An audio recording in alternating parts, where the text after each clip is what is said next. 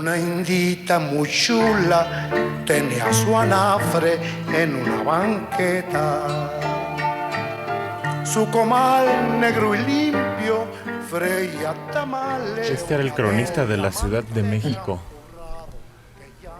Más asertivo. ¿Y ya se acabaron? Ya. Sí. Antes había un puesto muy importante de cronista oficial de la Ciudad de México y desapareció. Sí, es cierto, ahorita estoy pensando quién será el cronista de la Ciudad de México. No hay. Se estableció un consejo de la crónica y ya creo que quedó en el olvido. Ahí se diluyó, ¿no? Andaba por ahí Ángeles González Gamio, Sí, del Consejo de la Crónica, que es excelente cronista también de la Ciudad de México, pero no con esa, digamos, no le dieron ya la importancia como aquel Salvador Novo fue cronista, o Guillermo Tobar de Teresa, Sí. Que también fue cronista. Gran, sí, exactamente, el último gran cronista. Pero esos estaban muy elevados. Y lo entendíamos cualquiera. Y nunca le dieron el puesto de cronista. Mira, tiene otra canción. Este es mi México de ayer, que describe las calles que algunos alcanzamos a ver. Porque yo sí alcancé a ver los de los guajolotes y algunos otros. ¿Los guajolotes, la tortería aquella? No, no, la gente que vendía guajolotes en la calle. Ah, porque acuérdate que también en la ciudad tuvimos una gran tortería ahí en Insurgentes, esquina con lo que hoy es el eje que sube al segundo piso, que fue legendario. Eje 5 eran los guajolotes. Hasta Villoro tiene una novela ahí, empieza una novela ahí en ese lugar que era legendario. Entonces eres un poco más antiguo, Manedic. No, los guajolotes. No, pero los guajolotes es reciente. Íbamos cada 8 días, Alejandro.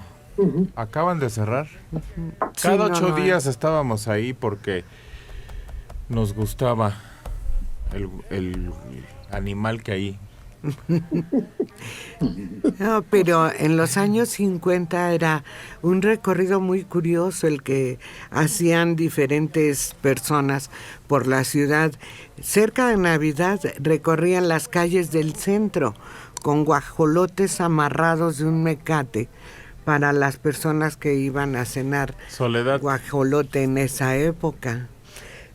También el que vendía leche de burra recorría estas calles. A ella también le tocó los guajolotes. Sí, por la casa de ustedes pasaba un hombre arriando una parvada de guajolotes. Iban negros y blancos. Y me acuerdo mucho porque su manera de anunciarlos era pipilá, pipilao, pipilá, pipilao. Y todos los chiquillos salíamos a ver ese centenar de guajolotes que iban, porque ya se aproximaban las fiestas navideñas. Que no se le escapaba ninguno. Ah, no, por supuesto. No, todos iban sobre la banqueta. Era curioso, pero todos sobre la banqueta. Así vimos, miren, esa es otra descripción encantadora de esta ciudad. Sábado Distrito Federal. Sábado Distrito Federal. Sábado Distrito Federal. Todas estas melodías y muchas más son creación de Chava Flores, un hombre que tuvo tantos trabajos durante su vida laboral que seguramente de ahí, observando lo que había a su alrededor, observando lo que hacían las personas que compartían su actividad, fue como surge todo este ingenio, esta forma de narrar lo que había a su alrededor, porque fue costurero, fue encargado de almacén, vendedor de puerta en puerta, estaba en una salchichonería, impresor, y tenía que trabajar, pero cuando en un lugar ya no le estaba alcanzando lo necesario para cubrir sus necesidades, cambiaba de empleo. Él sí, aquí ya no, pero acá sí. Y es en ese recorrido de diferentes actividades como llega a trabajar a una imprenta. Y estando ahí trabajando, la situación no era muy buena para la imprenta y a él se le ocurre empezar a hacer un álbum con las canciones que él escuchaba todos los días, que a él le llamaban la atención, y así es como surge el álbum de oro de la canción, que de inmediato tiene gran aceptación y empieza a venderse. Todavía para esa época él no tiene este impacto con el público por medio de sus canciones. Es primero el álbum y después, cuando empieza él a meterse en ese mundo de la música, a conocer autores, a conocer canciones, es cuando él empieza a componer y a acompañar con su guitarra todas estas melodías que van describiendo lo que él veía, las fiestas a las que asistía, los personajes que tenían características diferentes y que él logra retratar en muchas canciones, tantas que logra hacer varios LPs con una gran aceptación. Aquí vino su hija María Eugenia y nos dijo que le pasaba una cosa muy curiosa. Sus canciones fueron interpretadas por muchos, prácticamente Tintán, Pedro Infante, y entonces decían, la canción de Pedro Infante, la canción de Tintán, y le quitaban el crédito. Y estaba luchando porque se difundiera su música para que los jóvenes la conocieran y que reconocieran la autoría de este hombre que hizo de todo, canciones muy simpáticas. Así es de que lo que hay que hacer es difundir su obra. El dinero que yo gano, toditito te lo doy. Alejandro. Fíjate que sí, efectivamente, creo que él podría entrar en la categoría de otro tipo de cronistas que son más cercanos al barrio, a la colonia, a la vida cotidiana de los habitantes de la Ciudad de México, y creo que las radiografías que hace exactamente de lo que hemos sido y como lo que fuimos en algunos momentos como ciudad, desde luego no tiene comparación, y creo que es el tipo de cronistas que quizá muchas veces vale la pena que lo tengamos vigente en todo momento por lo mismo, porque además las costumbres cotidianas a veces se van transformando, cambian, se adaptan a las nuevas circunstancias. Evidentemente no es lo mismo, como tú mencionabas al comenzar el programa, esto de las pípilas o los pípilas o los guajolotes, que evidentemente hoy ya casi han desaparecido, salvo digamos en las alcaldías que son más rurales, Milpa Alta, Xochimilco, todas estas.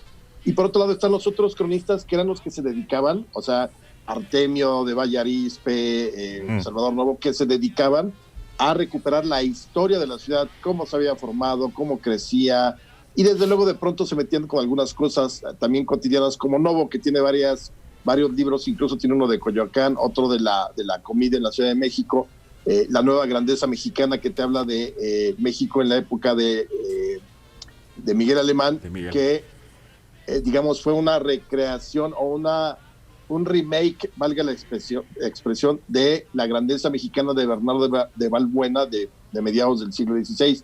Pero sin duda yo creo que si alguien se quiere acercar a ese México quizá de los 70s, de los 60s, habría que pasar por Chava Flores invariablemente, y a través de las canciones, no necesitas más. El funeral de Cleto, llegaron los gorrones, todas esas describían muy bien cómo nos comportábamos. La fiesta de aspergencia. Ándale. La tertulia. La tertulia, cartas a no sé quién. Eufemia. El gato viudo. Ajá. Liliana. Fíjate que me remite mucho a todo ese cine mexicano que se vivía en lo que eran las vecindades, las calles del centro de la ciudad.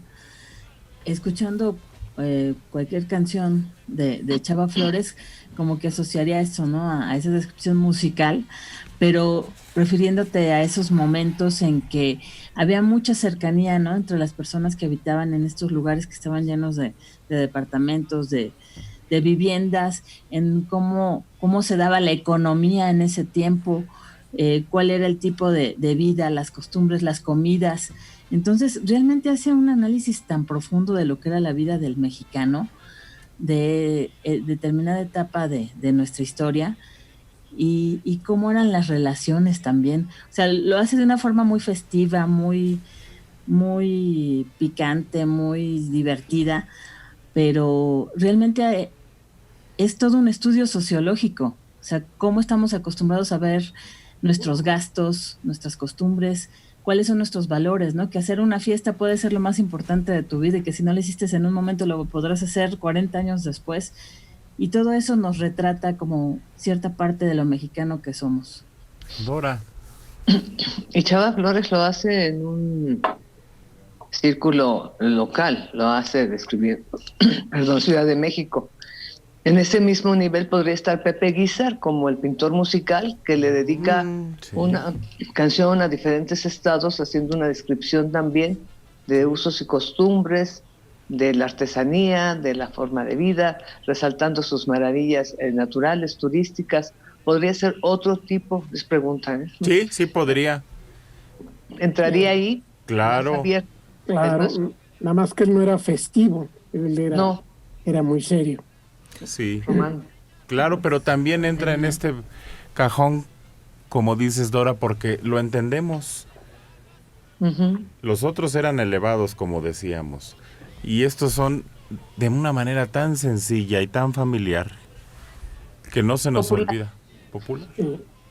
Pero los dos primeros se distinguieron sobre todo por transcribir las leyendas mexicanas, las calles de México, las leyendas de sus calles. Luis González Obregón y Artemio del Valle Arizpe, que cada uno tiene su libro de leyendas mexicanas y que muchas son de horror, así de miedo, ¿no?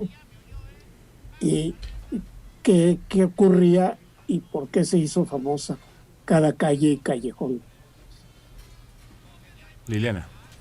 Fíjate que mencionabas que quién era cronista en estos tiempos, ¿no? Sobre todo de la Ciudad de México, pongámoslo así. Yo pensaba en Héctor de Mauleón, que de alguna manera ha hecho una tarea de estar explorando las diferentes calles, rumbos, barrios que hay en nuestra ciudad y también de otros sitios ya fuera de lo que es la Ciudad de México, pero que de alguna manera en estos tiempos cumple esa tarea.